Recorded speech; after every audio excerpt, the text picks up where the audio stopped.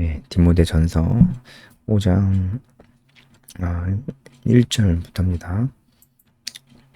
일단 1, 2절은 3절부터 등장하는 참 과부에 대해서 이야기하기 전에 다양한 연령층의 그 성도들을 어떻게 대해야 되는지에 대한 내용입니다. 그러니까 바울이 영적 지도자인 디모데에게 하는 얘기해주는 조언이지만 우리 모두에게 하시는 말씀이기도 하죠. 우리도 교회 안에서 이렇게 해야 되겠습니다. 일단 늙은이를 꾸짖지 말고, 그러니까 어르신들이죠. 어르신들을 아버지에게 대하듯해라. 그리고 이것은 이제 그 할아버지라고 해 할아버지라고 하니까 조금 어감이 좀 그렇긴 하네요. 그 남자뿐만 아니고 여자에게도 다 해당되는 겁니다. 어르신들이면 다 우리 그 부모님을 대하듯 하라 이렇게 얘기하는 건데, 너무 당연한 얘기 같지만 너무나 맞는 말씀이에요. 그쵸? 그리고 젊은이에게는 이렇게 나와 있는데, 이 젊은이는 디모데보다 더 나이가 어린 사람들을 얘기하는 겁니다. 디모데도 그 나이가 그렇게 많지 않았죠. 근데 디모데보다도 더 젊은 사람들을 얘기하는 거예요. 그들은 형제에게 대하듯 해라. 그러니까 업신여기지 말고 같은 동역자로서 그렇게 대해라 이렇게 얘기하는 겁니다. 이전에 늙은 여자에 대한 얘기도 나오고, 그쵸, 어머니에게 하듯 하고, 그리고 젊은 여자에게는 온전히 깨끗함으로 자매에게 하듯 해라. 이것도 너무나 맞는 말씀이죠. 정말 그대로 우리가 적용할 수 있는 말씀입니다. 자, 이제 3절부터 과부에 대한 이야기가 나오는데, 이 참 과부에 대한 이야기가 이제 16절까지 나옵니다. 3절부터요. 이 참 과부에 대한 이야기를 좀 보겠습니다. 참 과부를 존대하라 이렇게 나옵니다. 여기서 말하는 참 과부는 이 정말 도움이 필요한 과부를 얘기합니다. 이 정말 도움이 필요한 과부가 누구가 어떤 조건이 붙어야 되는지는 이 뒤에서 나오는데, 어쨌든 참 과부는 모든 과부를 다 얘기하고 있는 건 아니라는 거죠. 뒤에서도 이제 자세하게 나올 것입니다. 이런 참 과부를 존대하라 이렇게 되어 있는데, 이것은 그 존경하고 경의를 표해라 이런 얘기예요. 그러니까 참 과부에 대해서 무시하지 말고 똑같이 존중과 존경의 태도로 대해라 라는 말씀이기도 하고, 또 실제로 도움을 줘야 된다 라는 말씀이기도 합니다. 왜냐하면 참 과부의 조건이 실제로 도움이 필요한 사람이에요. 그래서 도움을 줘야 된다라는 의미도 내포하고 있는 것입니다. 4절을 보면은 이제 이런 과부는 참 과부가 아닌 거죠. 자녀나 손자들이 있는, 그러니까 부양할 수 있는 가족이 있는 과부는 참 과부는 아닙니다. 그가 과부가 아니라는 게 아니고, 그러니까 여기서 참 과부라는 게 어떤 건지 알겠죠. 그러니까 도움이 필요한 과부를 여기서는 참 과부라고 얘기하는 거예요. 그런데 뭐 손자들이 있고 자녀들이 있으면은 부양할 가족이 있기 때문에 참 과부에는 들지 않는 거죠. 그러니까 도움이 다른 사람의 이제 도움이 필요하지 않고 가족들이 충분히 부양할 수 있고 그렇게 해야 된다. 그래서 그들이 효를 행해야 된다. 그들이 이 효를 행하는 것은 부모에게 보답하는 것이다. 이것은 그들이 의무적으로 해야 되고, 이것을 통해서 그 자녀들도 배우게 된다. 그리고 이제 그렇게 하는 것이, 자녀가 부모를 이렇게 부양하고 부모의 그 사랑과 은혜에 보답하는 것이 하나님께서 받으실 만한 것, 하나님께서 기뻐하시는 것이다 라고 얘기하는 것입니다.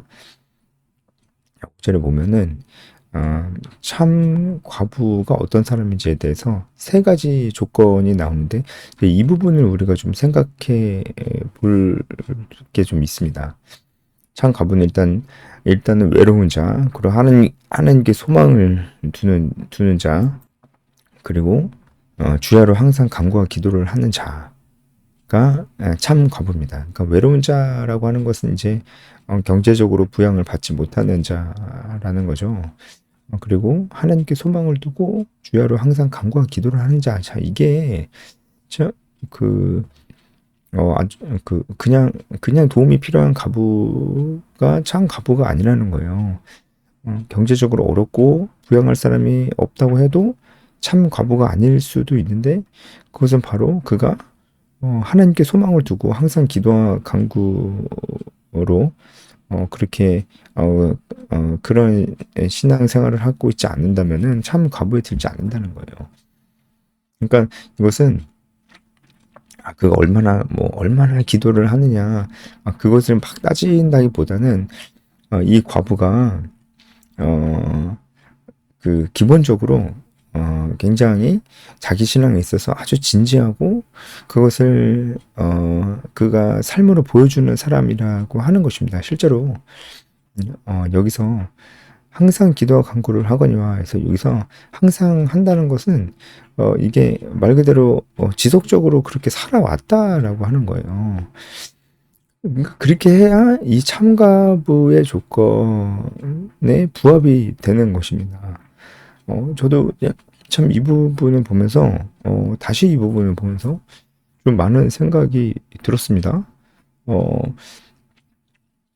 그냥 과부이고 부양할 가족이 없어서 경제적으로 정말 어려운 과부라고 할지라도 그가 자기 신앙에 이렇게 진지하고 그것을 삶으로 보여주고 그래서 그가 그 소망을 하나님께만 두는 자라는 것이 잘 보여지지 않으면 그 사람은 경제적인 어려움이 있어도 이게 도움을 공식적으로는 받을 수가 없겠구나. 왜 이랬을까?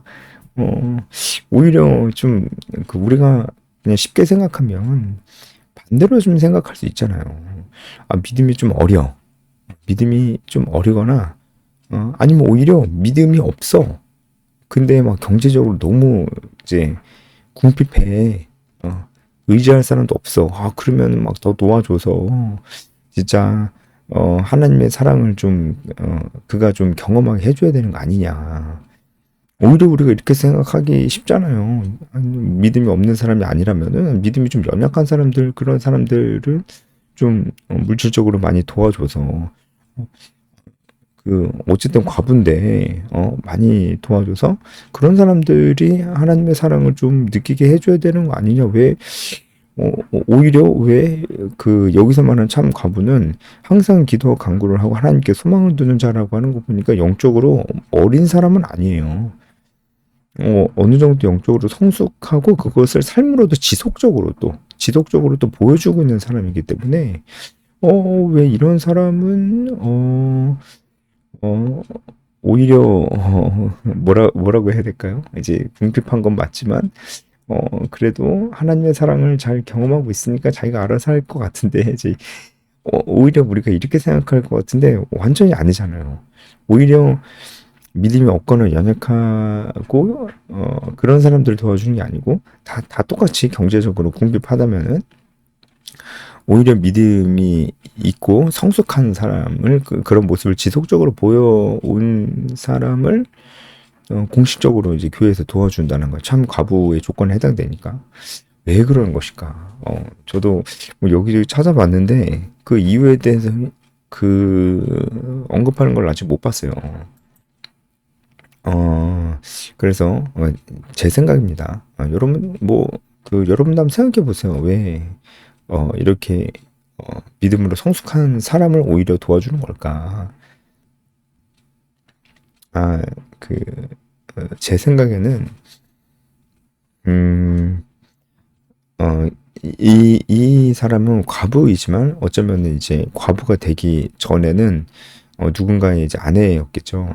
분명히 영적 지도력을 가지고 있을 정도로 영향력 있는 사람일 가능성이 높습니다.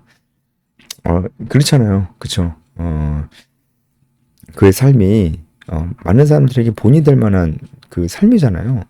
그러니까 어, 뭐 교회에서 공식적으로 이제 지도자의 자리를 주지 않았어도 영적으로 굉장히 교회 안에서 공동체 안에서 영향력 있고 사람들에게 칭찬을 듣고 사람들의 본이 될 만한 그런 사람이었을 것이다라는 거예요. 과부 전에도 그랬을 것이고 과부가 되고 난 다음에도 그 사람은 정말 교회에서 어떤 지도자로서의 모습들을 보여줬을 수도 있다. 그러니까 성숙한 사람이다. 라는 것을 우리가 분명히 알 수가 있잖아요. 이런 사람들을 오히려 도와주는 거죠. 이런 사람들을. 그래서 왜 그러는 걸까? 이런 사람들이 살아나야 이런 사람들이 살아나야 이런 사람들이 더 많은 사람들을 영적으로 도와줄 수 있기 때문이죠. 그러니까 분명한 거는 이 교회 공동체는 이미 교회 공동체 안에 있는 이 리더들을 굉장히 중요하게 여겼던 것 같습니다. 리더들을 중요하게 여겼어요. 그러니까 오히려 불신자들보다 더 이 교회 공동체 안에 있는 일원들 중에서 그 중에서도 지도자를 중요하게 여겼다는 거예요. 아니면은 영향력 있는 그런 사람을 중요하게 여겼다는 것은 우리가 알 수 있는 것 같습니다. 그러면서 그가 계속적으로 오히려 그가 받은 은혜를 다른 사람에게 베풀어 주기를 원했겠죠. 저는 이 관점이 맞다고 생각합니다. 바울도 지금 그렇게 권면을 하고 있는 것이고, 이 부분은 진짜 우리가 잘 생각해 봐야 될 필요가 있어요. 분명히 이렇게 정해 놓은 이유가 있을 겁니다. 그리고 그것은 우리가 분명히 본받아야 될 부분일 거예요. 그리고 그것은 분명히 교회가 이, 이 영적인 리더들 혹은 정말 그 영향력 있는 그런 사람들에 대해서 되게 존중과 어떤 그런 어, 그 굉장히 우리가 당신을 굉장히 귀하게 여기고 있습니다라는 것을 교회 공동체적으로 좀 주었던 것이다. 이렇게 생각을 합니다. 사실 근데 그게 맞거든요. 그게 맞아요. 그렇다고 지금 그 경제적으로 궁핍한데 믿음이 너무 어리거나 아니면 믿음이 없는 자들을 도와주지 말라는 게 아니잖아요. 그거는 정말 아니잖아요. 어, 어, 그러니까 리더를 되게 중요하게 여기는 우리 일원들을 더 중요하게 여기는 거죠. 참, 예. 이게 저는 너무 멋있다는 생각이 들었어요. 정말, 정말 멋있다. 만약에 내가 이런 공동체에 소속이 돼 있다면은 너무 위로를 받을 것 같아요. 우리 공동체가, 나를 생각해 주고 있구나. 너무 고마울 것 같아요. 그래서, 그, 정말 사람들을, 어, 더 이 공동체에 접붙임시키고, 어, 그러기를 내가 더 원하게 될 것 같다는 그런 생각이 확실히 듭니다. 그런 관점은 확실히 이 초대교회 때 있었던 것 같습니다. 네. 리더를 굉장히 중요하게 여기고 일원들을 굉장히 중요하게 여기는 거.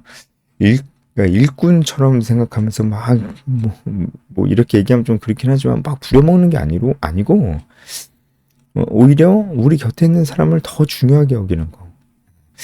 이건 관점이 저는 너무나 멋있는 관점이라고 그렇게 생각합니다. 그래서 여러분도 한번 생각해 보세요. 왜, 그쵸? 믿음이 연약하고 궁핍한 자를 도와주지 않고 똑같이 궁핍해도 믿음이 성숙한 자를 오히려 도와주었을까? 그 사람들이 왜 참 과부의 명단에 들어갈까? 뭐 다른 이유가 있을 수 있어요. 제가 말씀드린 것 말고도 다른 이유가 있을 수 있습니다. 네. 여러분도 한번 생각해 보시기를 네, 바랍니다. 네.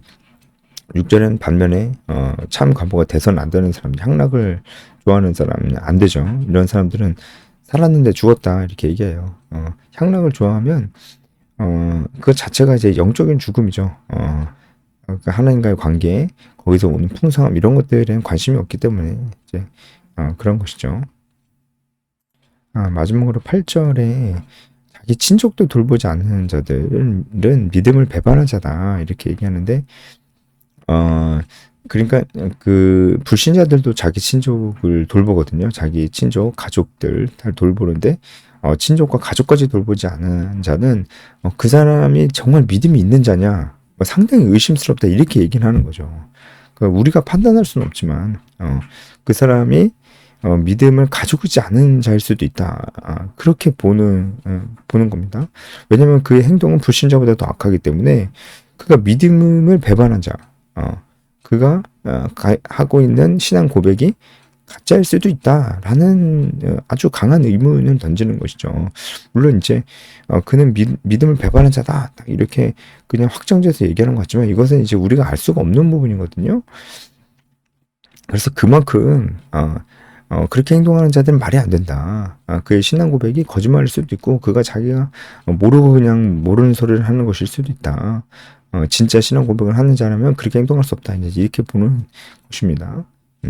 네, 오늘 여기까지 하겠습니다.